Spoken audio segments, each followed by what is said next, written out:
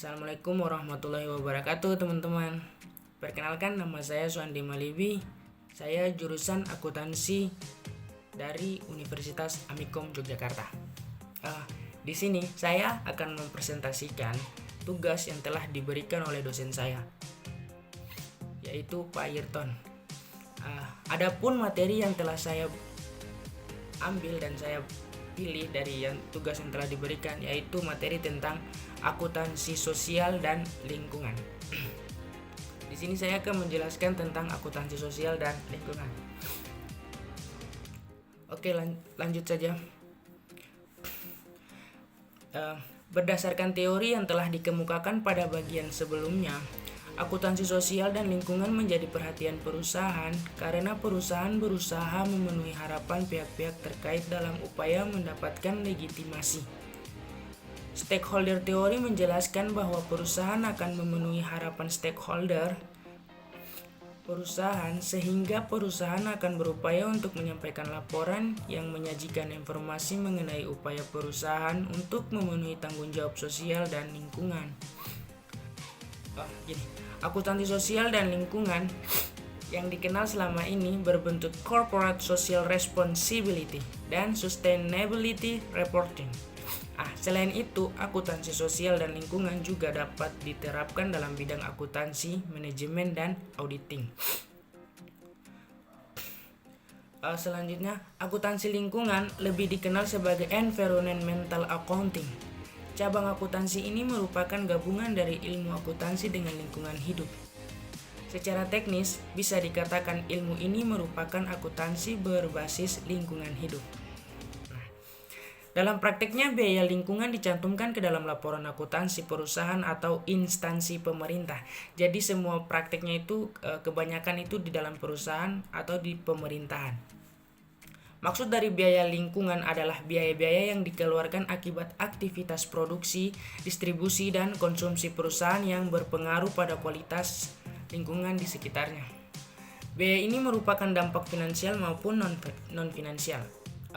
Selanjutnya, environmental accounting ini bertujuan untuk meningkatkan kesadaran dan perhatian perusahaan terhadap dampak aktivitas perusahaan dan terhadap lingkungan. Selanjutnya, environmental accounting ini bertujuan untuk meningkatkan kesadaran dan perhatian perusahaan terhadap dampak aktivitas perusahaan terhadap lingkungan. Sehingga konsep ini semakin berkembang dan banyak dari praktisi dan ahli yang meneliti mengenai hal ini.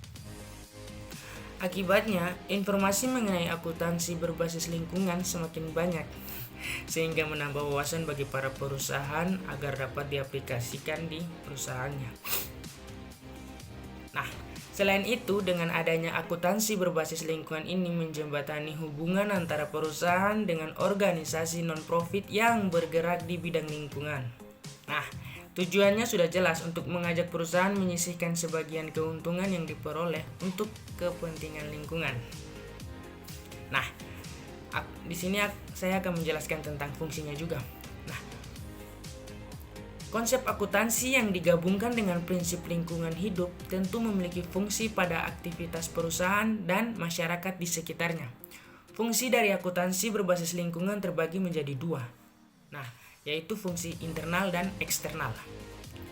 Adapun fungsi yang pertama yaitu fungsi internal. Fungsi internal dari environmental accounting adalah fungsi pihak internal perusahaan terhadap pelaksanaan manajemen lingkungan hidup dan sekitarnya. Tentu pelaksanaan manajemen lingkungan hidup sangat berkaitan erat dengan konsep dan prinsip akuntansi lingkungan. Yang kedua yaitu fungsi eksternal. Fungsi eksternal dari environmental accounting adalah fungsi yang ditujukan bagi pihak-pihak di luar perusahaan. Jadi fungsi eksternal ini tuh ditujukan pada pihak-pihak di luar perusahaan. Jadi di luar perusahaan. Biasanya bagi pihak eksternal, perusahaan akan membutuhkan pelaporan keuangan sebagai tolak ukur keadaan perusahaan secara keseluruhan. Itu aja yang bisa saya sampaikan. Mohon maaf apabila ada kesalahan. Dan kalau bila ada kesalahan itu datang dari saya, dan kalau ada kebenaran itu datang dari Allah Subhanahu wa taala. Mohon maaf. Wabillahi taufiq wal hidayah. Wassalamualaikum warahmatullahi wabarakatuh.